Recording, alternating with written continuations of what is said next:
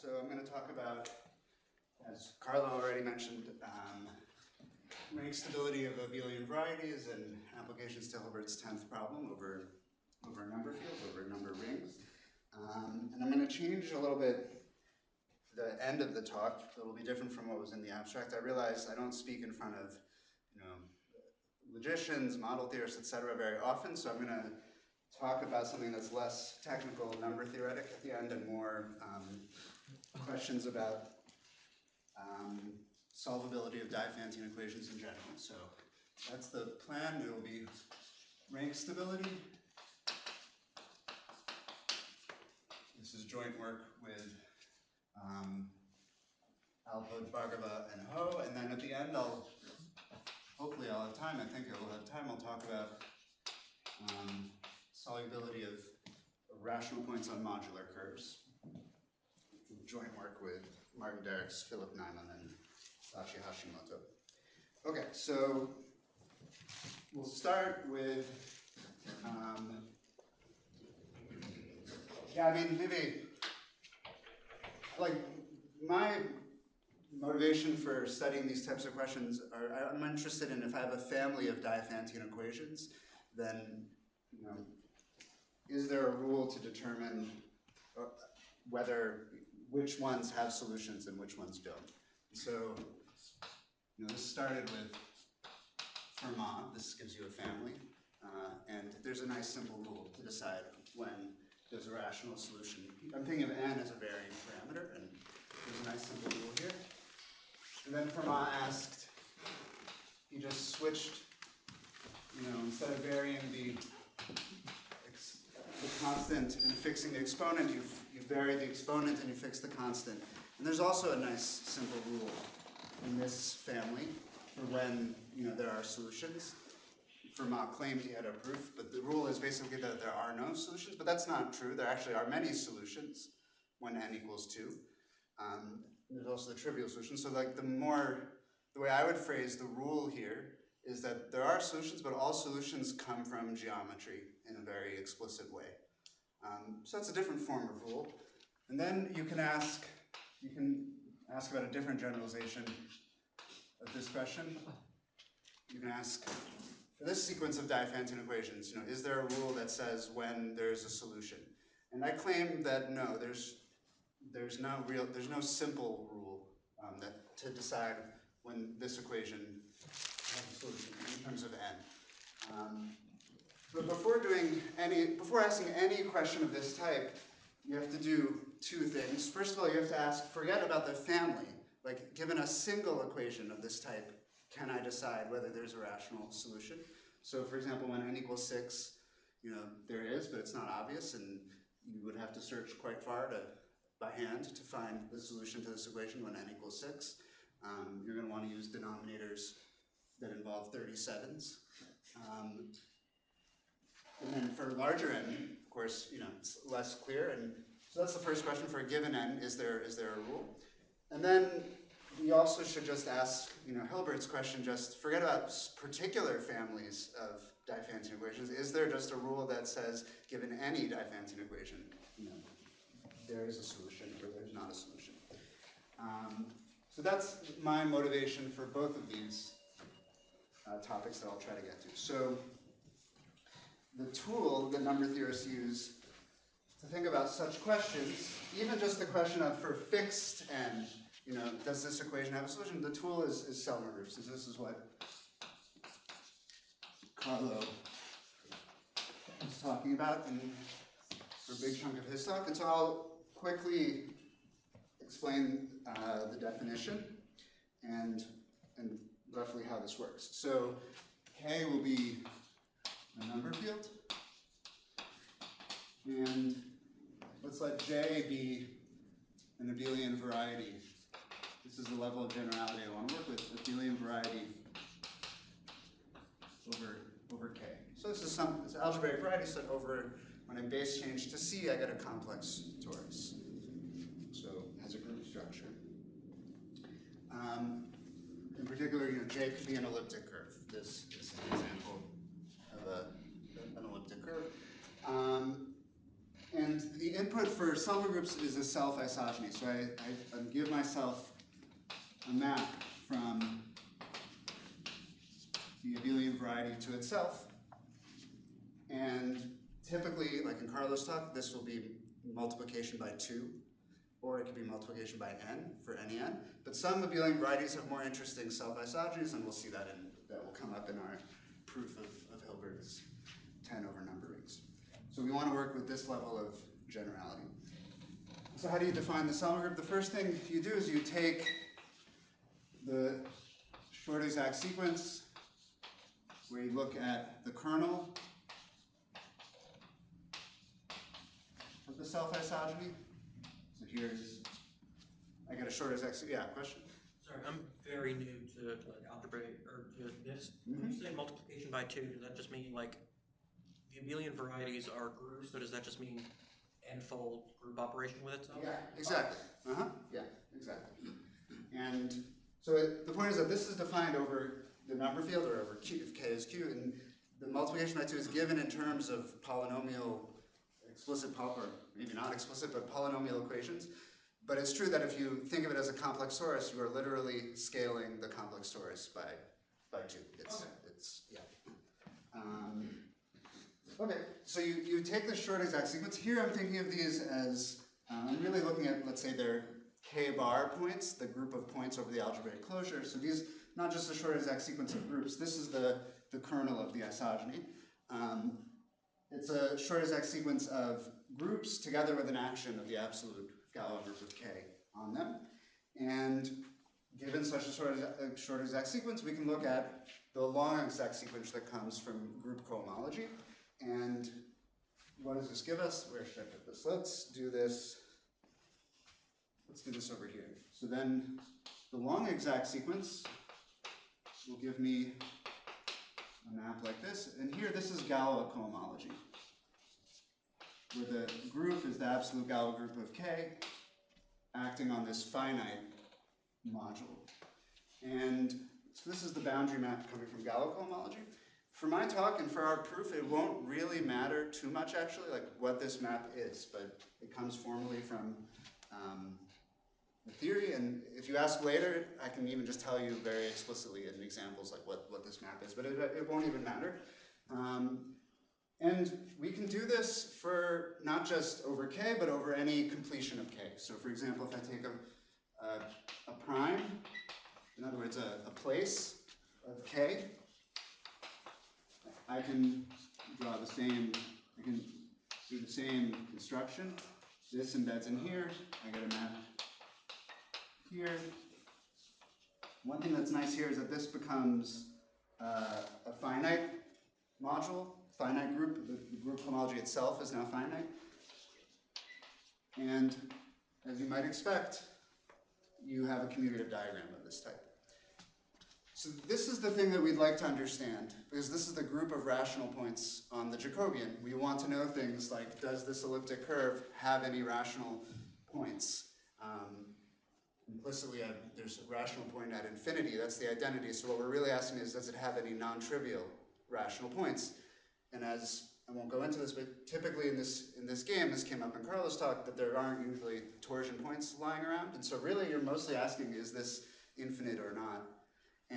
But this is the thing that we don't understand. And so we're probing the thing that we don't understand to try to access things that maybe we can understand.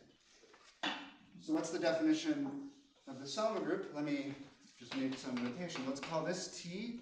We'll call this TP. This is the local version. And then let's call WP. This will be the image of delta P. So this is a subgroup, let's say, of TP. And then the Selmer group is, by definition, this is the, I guess, not incredibly intuitive, but more pithy definition that will suffice for us. It's the kernel, where I take this big global group cohomology and I look at the product of all the restriction maps. So I can just restrict global classes to local, but then I mod out by this subgroup WP, and I look at the kernel there. So what this is really just saying is it's the subgroup of H1.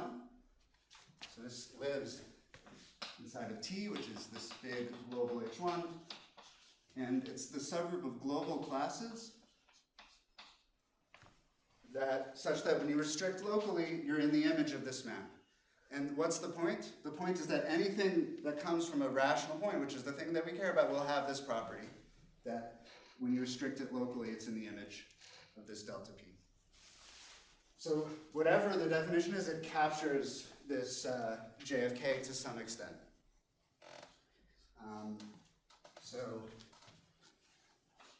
Well, okay, I'll say that explicitly in a second.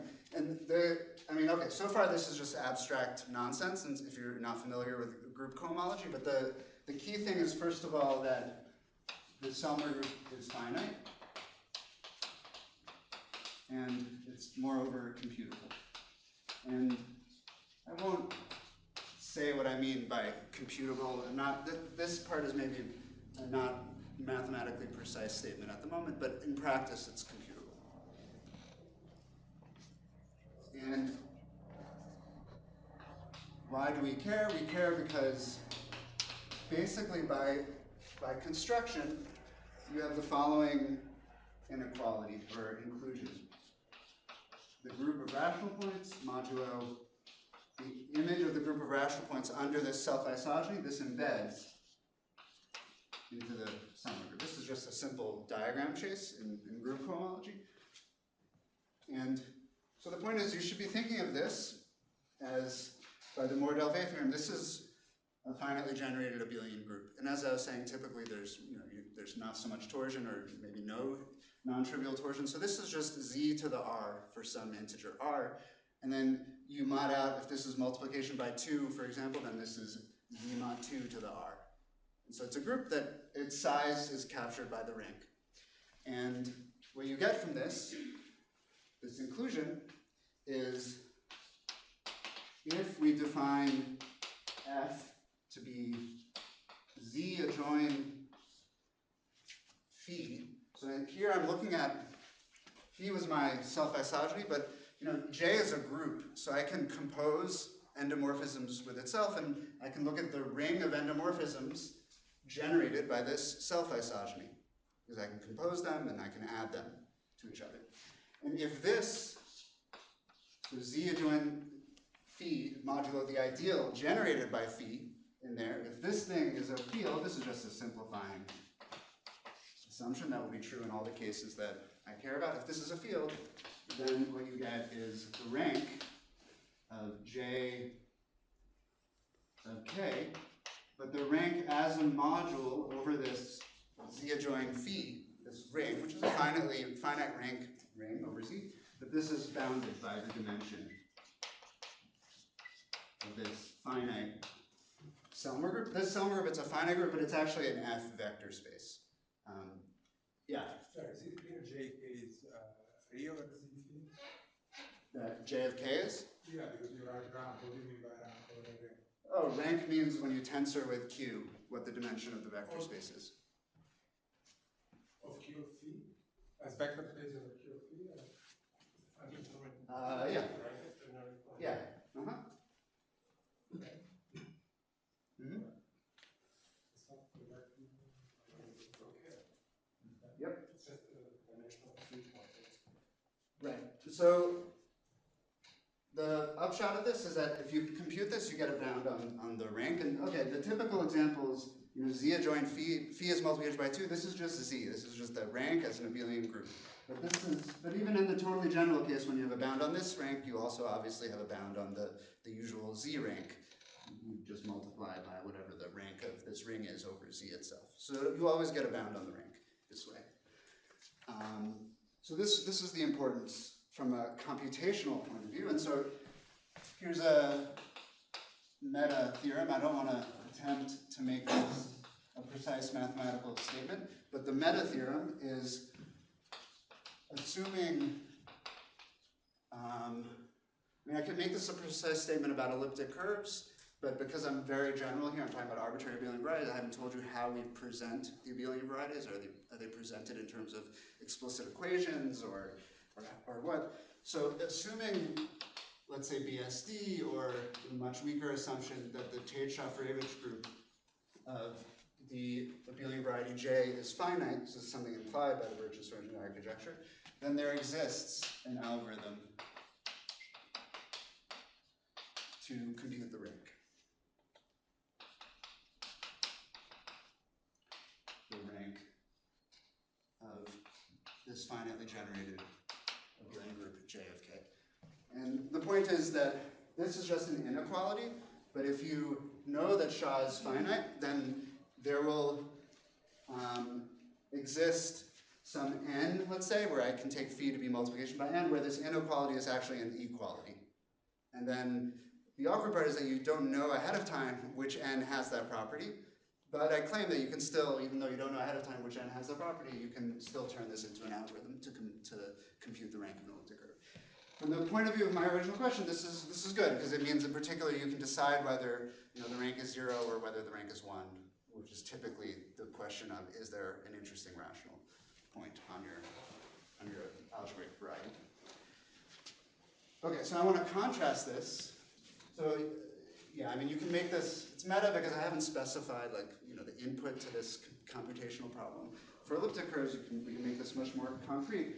It's still only conditional, but conditional on this thing that I think most number theorists believe, you get an algorithm. So I want to contrast this with the theorem that Carlo already put on the board in the last talk. This is due to Maser and Rubin, that under the same assumption, so assuming, and okay, they only need to assume something about elliptic curves and the two-part of SHA, but let's just say, assuming the Tate-Shafarevich group of abelian varieties is finite, then there exists, so the point is, there does not exist an algorithm to determine solubility of Diophantine equations.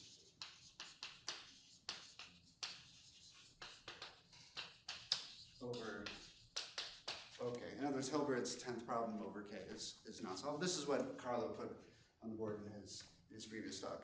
And it's just funny, we're using the same, their proof is also via Selmer groups, and they're using the same tool to prove the opposite kind of conclusion. In the first case, you use them to show that there is an algorithm, and here we're using them to show that there is not an algorithm.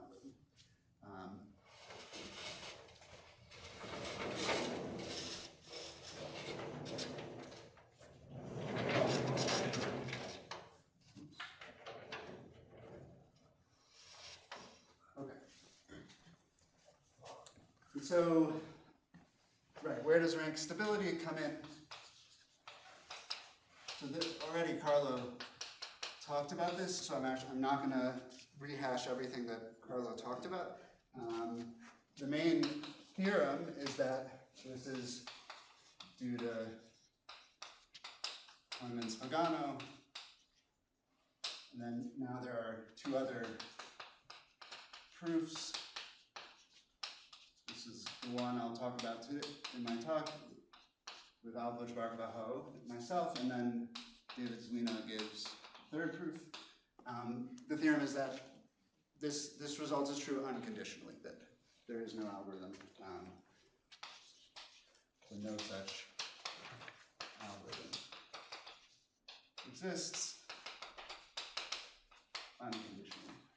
Of course, what is really being proved is that that Z is Diophantine in an OK, and everything that Carlo talked about last time, but I'm not going to rehash all of that. And what we prove, in our case, what we prove to deduce this theorem,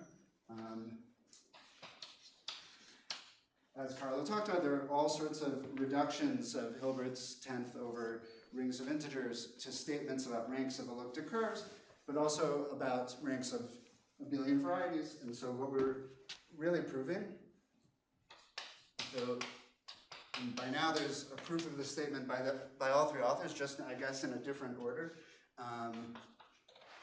Actually, I don't even know the correct order. Carlo can correctly.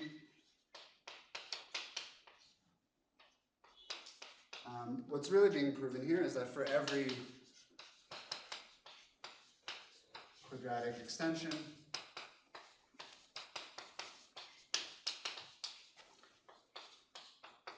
K over F of number fields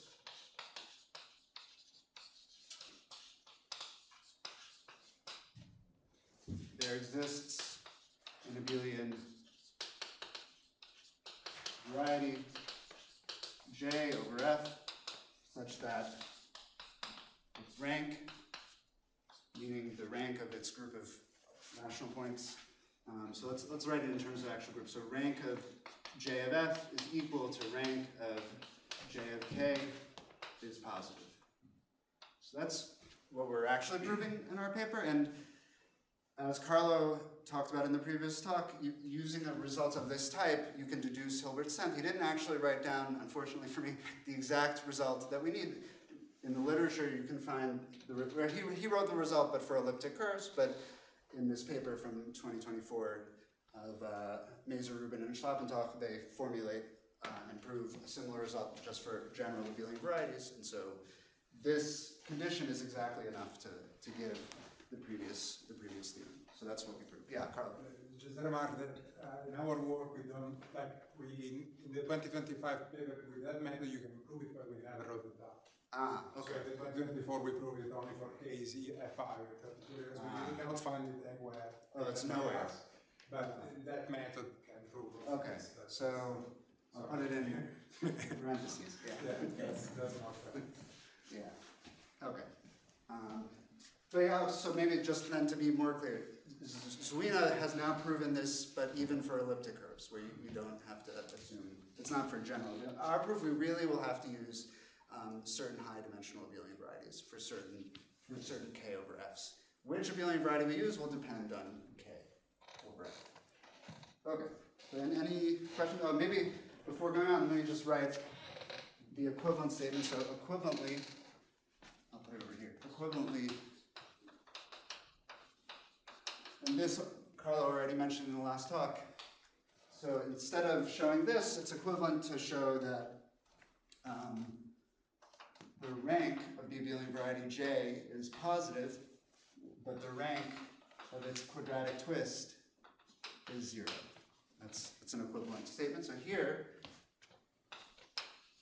JK is the quadratic twist of J. And I don't want to, especially for the non-number theorists, define what a quadratic twist is of a general Abelian variety, but I will just do it very explicitly for the Abelian varieties that we actually use in our proofs. The point is that the rank of J over K is by some simple representation theory is equal to the sum of the two ranks, the rank of J and the rank of the quadratic twist.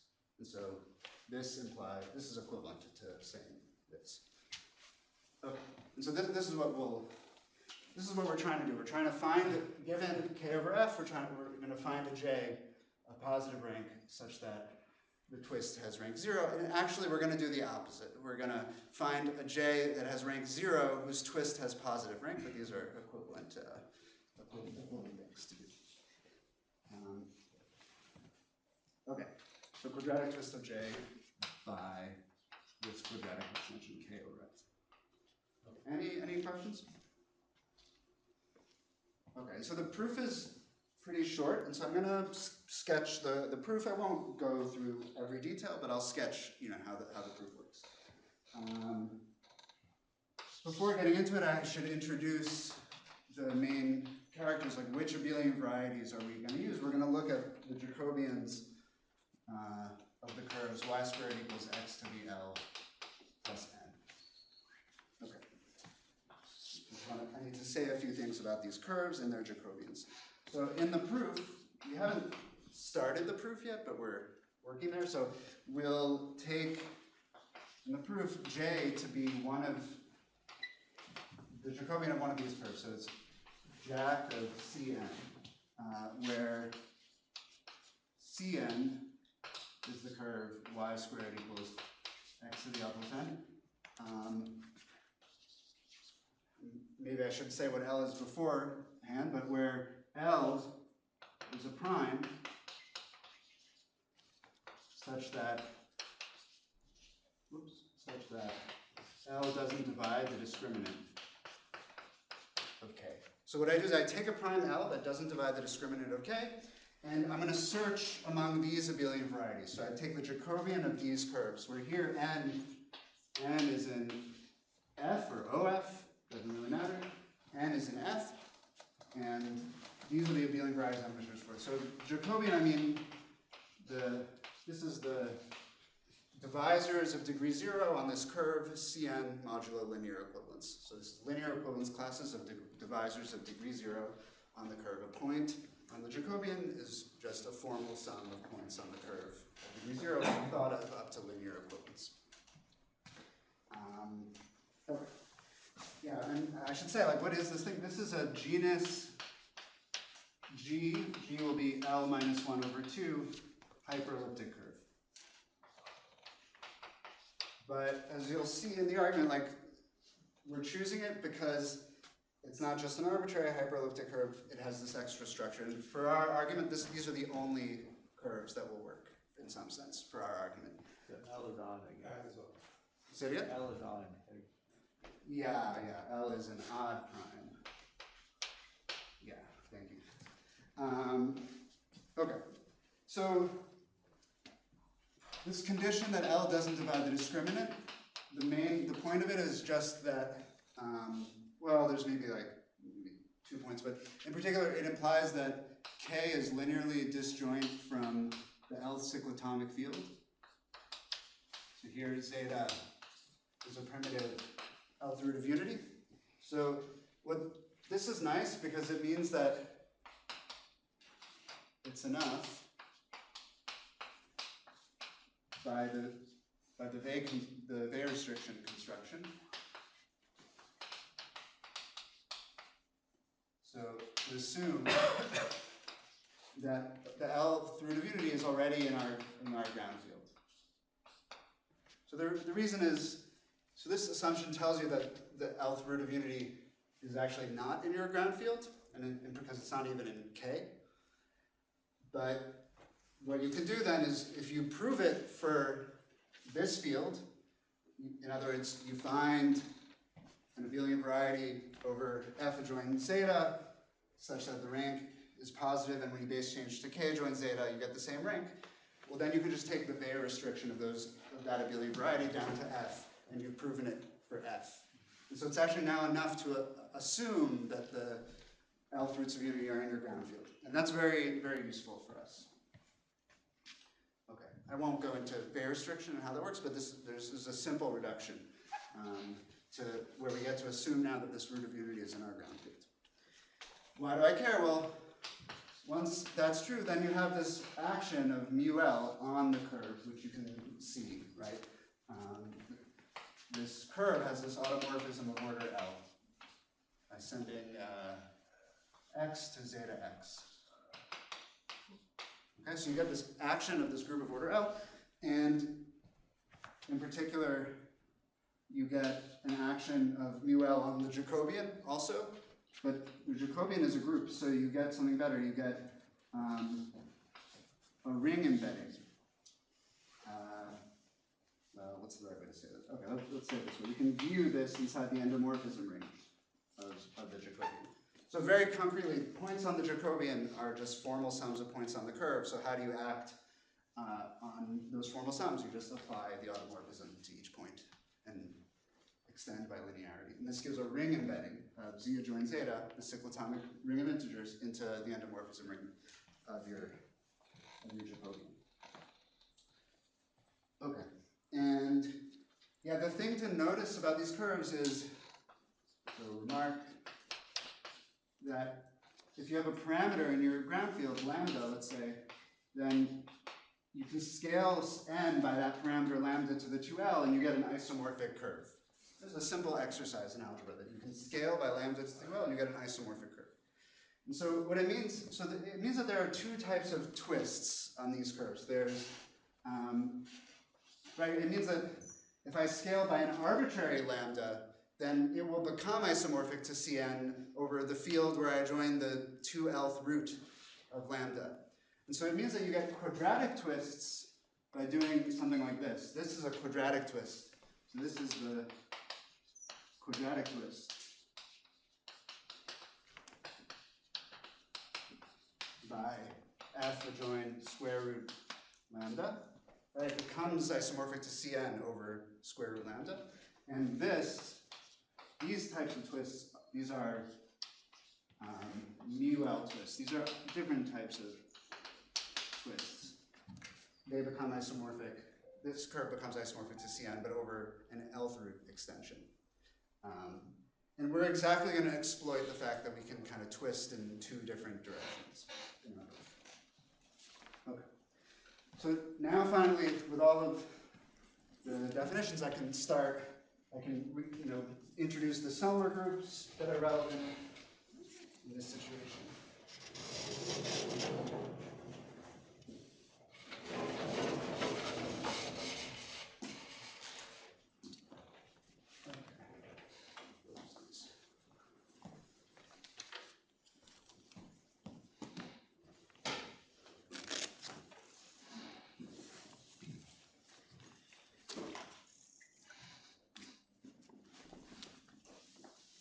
Yeah, feel free to ask questions.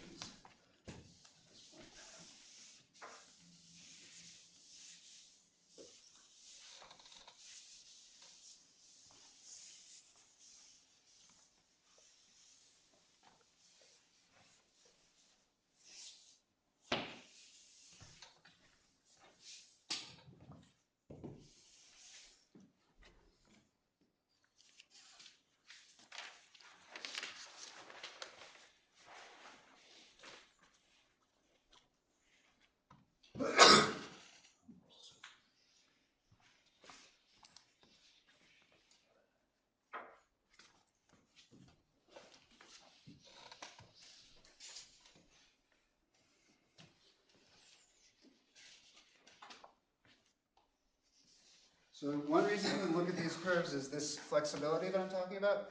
But the real question is, why do we care about? I mean, it's clear that we're interested in quadratic twists.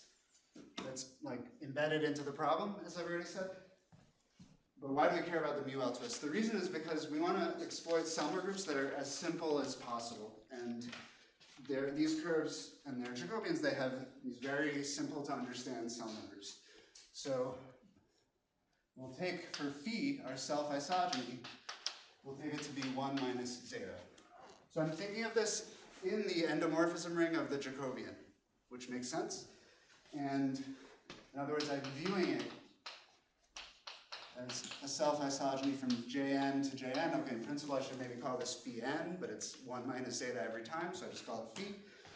And you do a computation. You check that the degree, I mean, this is a map from a complex torus to itself. It has a finite kernel also, and its degree you check is L. The degree, this is a Cn Jacobian, the degree will be the norm of this element in the integers, and that's L, because we all are masters of the theory of cyclotomy, so we know that the norm here is L. So this is a degree L map. That means that its kernel is just a one-dimensional FL vector space. It's L, some group of order L on Jn. And for each n, and in F or OF or F cross, you have a Selmer group. You have cell Pn, which lives inside this Galois cohomology group. And this is something that's actually quite simple to understand. I could write down like a concrete object, which this is isomorphic to, but I won't. The point is, this is just a group of order L with a certain Galois action. It's not too complicated, but we should say what actually is the Galois action. So what is this concretely? As a group, it's just FL. It's a one-dimensional FL vector space. But we can say exactly a generator of this one-dimensional FL vector space. We can see on the curve a divisor of degree 0, which is fixed by zeta, or in other words, killed by 1 minus zeta. the divisor would be, let me make sure I'm writing this guy. So there's implicitly this point at infinity on the hyperelliptic curve, and this point is fixed by zeta. And so is the point at infinity. And so this is the divisor of degree 0. It's on a high genus curve, a difference of 2 points can never be linearly equivalent to 0, so it's a non-trivial point of order L, and therefore it spans this one-dimensional FL vector space. And what's nice is that it's clear what the Galois action is on this point. It factors through the quadratic extension, f adjoined square root n, which could be a trivial extension, so maybe I shouldn't call it quadratic, but it's either trivial or the quadratic extension, square root n.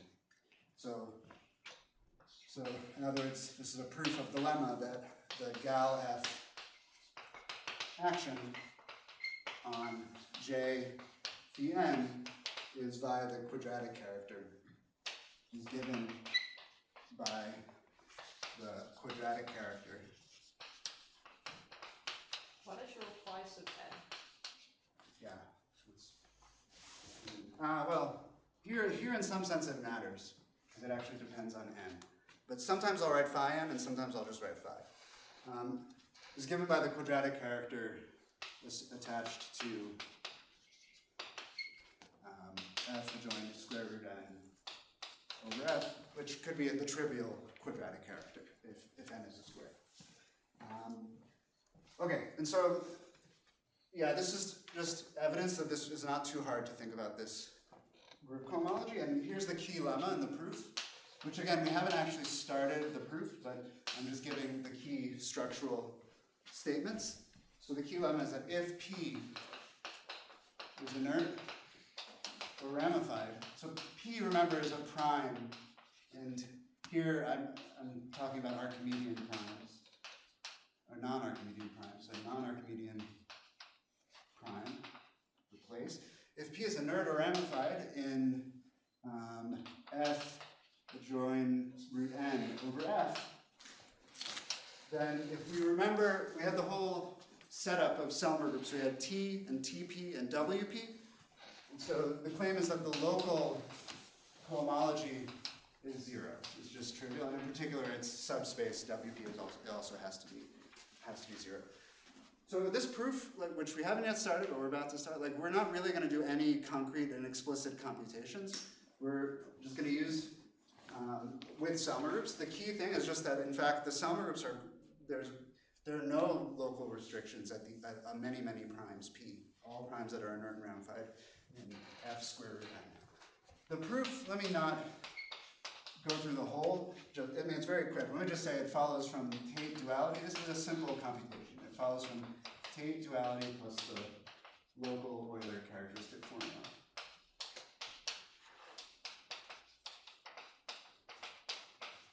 I'm using here that this Galois module, Jn, this is self-dual in this situation. And you just apply the Tate local duality, local Euler characteristic formula, and you'll see that the entire local H1 is 0. At least when P is inert or ramified, the point is that this point, our generator, will not be defined over the FP, the localization in that case. Okay. So now let's give an outline of the proof. So outline of proof. Oh yeah, and I should say, we call these, well, we don't call it, this is what Mazur and Rubin call silent primes. So this notion of silent primes, in other words, primes where you have this type of phenomenon, this is important in Mazur and Rubin's work from 2010. They were studying elliptic curves in 2 Selmer groups, but the concept generalizes, and this is, they call these things silent primes. And they're the key to the whole argument. Okay, so outline of proof. So now we've reduced to the case where our ground field contains an alpha root of unity, and we're given a quadratic extension. K is F adjoining square, and I'll call it Q, the parameter that gives us the quadratic extension. And we need to find a J that gives us this rank stability condition. And so I'll break it up into 4 steps. So step 1, this is a theorem of U. I'll explain how very roughly how you prove this, but this is a theorem of U building on work of Mazur and Rubin. He was a student, a PhD student of Carl Rubin. So this theorem is using the methods of Mazur and Rubin. The first thing we're going to do is we're going to find at least one Selmer group in this family where the rank is 0. So there exists R in OF such that cell phi q to the L R squared is 0. So the thing I'm doing here, so my parameter n that I'm starting with is q to the L times R squared. So sorry for the indices. Q is what I was given. And so I want to always take the parameter to be q to the L, which is this quadratic twist, times a square, because I'm going to quadratic twist and then mu L twist. And it's saying that you can choose a quadratic twist of this phi QL that has rank 0. Because it not only does it have rank 0, it has Selmer group, which is 0, right? And if the Selmer group is 0, by the inequality at the beginning, the rank is also 0. I'll say something about the proof in a second, but at the same time, I want to talk about step 2. It's easier to talk about the proof of step 2. So step 2 is we want to not just produce one guy in our family with rank 0, we want to have flexibility. So we want to produce many mu L twists of the QL quadratic twist that have rank 0. And we want to say that there are lots and lots of them. So the statement is if T is in OF, yeah, that's fine. And suppose it's divisible only by silent primes. Only by silent primes. So it's supported, in other words, on primes that are ramified or inert in this quadratic extension. So if T is divisible only by silent primes, and then you may need to add a few congruence conditions. So and T is a local, maybe I won't even write. Okay, I'll just write it, it's not too bad. So and it's a local Lth power for all P in some finite set S, so a set of primes P dividing, let's say, G factorial times the conductor of J. So this is just some finite, so J QBL, some finite set of primes. So as long as T is supported on silent primes and satisfies some congruence conditions at finitely many primes that are given to us in advance, then also the Selmer group of the further mu L twist. So cell phi QL R squared, but then I further twist and I still get 0. So what I've done is I've produced many mu L twists that have rank 0. They have to satisfy certain congruence conditions, or they're supported on a certain density 1/2 set of primes.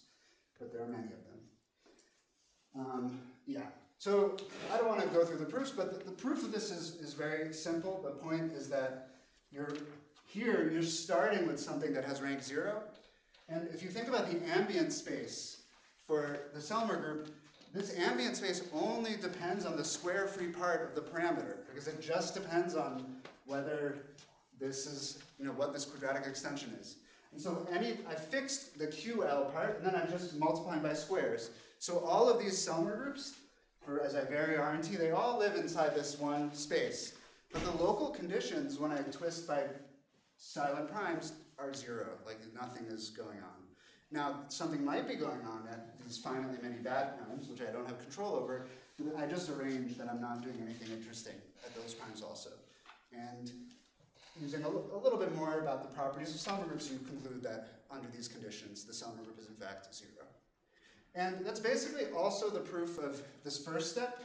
The first step is a little different. The first step, it suffices to prove that given any Selmer group of this type, you can always twist by a mu L twist and lower the Selmer rank.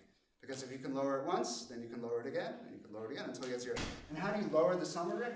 You just twist by a lot of silent primes, and then which won't introduce any complicated local conditions, and then you really carefully choose one prime that's not silent, and you twist by that, and you just make sure that the matrix that constructs the Selmer group has a rank that's exactly 1 lower, and you lower the rank that way. You have so much flexibility with the silent primes that you can make these choices. And so these are roughly proved in the same way, and it's using, well, this is essentially elementary, and this is using the ideas of Mazur and Rubin, but we're in such a degenerate situation that you don't need a lot of the hard stuff that Mazur and Rubin prove. Okay, that's step 1 and step 2. Step 3. Okay, step 3 is you show that there are infinitely many.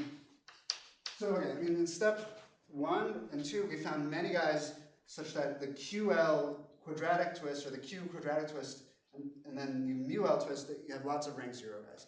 So now what I want is I want to show that when I undo the quadratic twisting, that I actually can find rational points, positive rank things. And so here we're going to start seeing rational points. So there exist infinitely many solutions.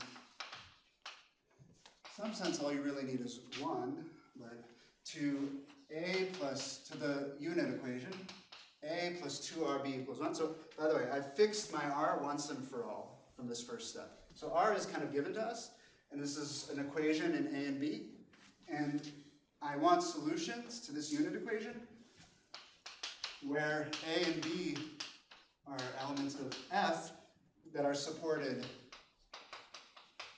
on silent primes. In other words, I have this half-density set of primes, and I want the valuations to be non-zero only on those half-density set of primes, and that satisfy certain congruence conditions, which are translations of this congruence condition. But for this step, we can black box it and just ask, in general, can I solve this equation on a half-density set of primes, satisfying finally many congruence conditions? And the answer is intuitively obvious. Like, clearly you should be able to solve such an equation when you have so much flexibility. Like, all I care is that a and b are just supported only on a half-density set of primes. It wasn't clear to us how to we don't know how to prove this in an elementary way, but the analytic number theorists of the 1930s knew how to prove this type of thing over Q, over Z. This follows from Vinogradov's or van der Korpit's results on primes and arithmetic progressions of length 3. What you do is you solve a much harder problem where you ask for a and b to be ratios of primes. And then you can solve it by just solving the homogeneous equation. Prime plus constant times prime equals prime. And that's what van der Korpit solved in the 1930s, and using Vinogradov's circle method technique, and then you just divide everything, and you have to make sure that your primes live in this half-density set, but you can do this kind of thing. Of course, we want to do it over general number fields, and over number fields you have class group issues which complicate the argument, but one could give an argument generalizing van der Korpit's result. What we do is we quote this result of chi, which is this much more general result that works over a number field, and that works not just for 3-term arithmetic progressions, but 4-term arithmetic progressions using much more sophisticated techniques. It's a generalization to number fields of the result of Green, Tau, and Ziegler. And so this is how you argue that there exist such solutions. What do we do with the solutions? This is the final step. We take t, so t showed up here. I didn't say yet the relationship between a and b and t. You take t to be this. There's a little bit of computing you might want to do in your head. And you get the point a comma a to the g 1 minus rb. This is a rational point on the curve where we've removed the quadratic twist parameter. And you just check that this works out. Basically the way we've understood that something like this should be possible is that these curves that we're talking about, when you set y squared equals x to the n, or x to the l plus 1, so now take n to be 1, it's well known that these curves are covered by the Fermat curves. That I won't remember the exact formula right now, but this is covered by the Elf Fermat curve. And this is a solution on not the Elf Fermat curve, but a certain twist of the Elf Fermat curve, where you just change the coefficients to a and to rb. And so what we're saying is that, okay, we know that we can lift when n equals 1, and so you just figure out how to twist so that in general you get systematic source of points like this. So now we've written down a point, and as in Carlos' talk, almost all of the time these points are not torsion, and so the rank of the Jacobian, the curve lives in the Jacobian, so the rank of the Jacobian is positive. And so this is generally, so this is a subset of this, and this is generally infinite order. Almost always infinite order. And the upshot is, yeah, so the upshot is,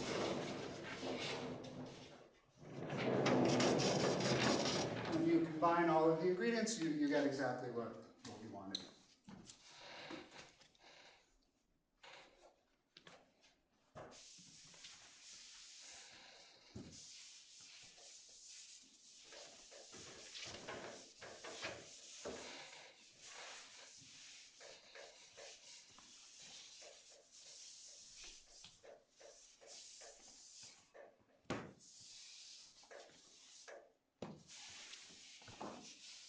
So you look at those 4 different steps, and when you combine them,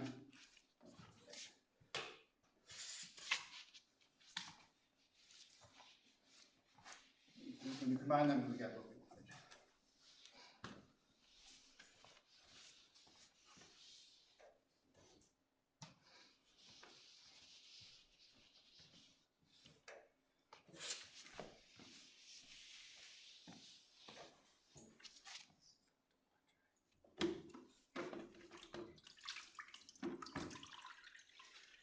So I'll just write that. So thus, the rank of, let's do it this way, the rank of JR squared T squared of F, this is positive and it's equal to the rank of JQL R squared T squared. Oh, sorry. This is equal to the rank of JR squared T squared of K. It's positive because I just wrote down a point on the Jacobian, that's infinite order, and it's equal to this rank because the quadratic twist has rank 0. And this rank is the sum of the 2 ranks, the original and the quadratic twist. So that follows from this step. Okay, so that's the proof. Any questions on that?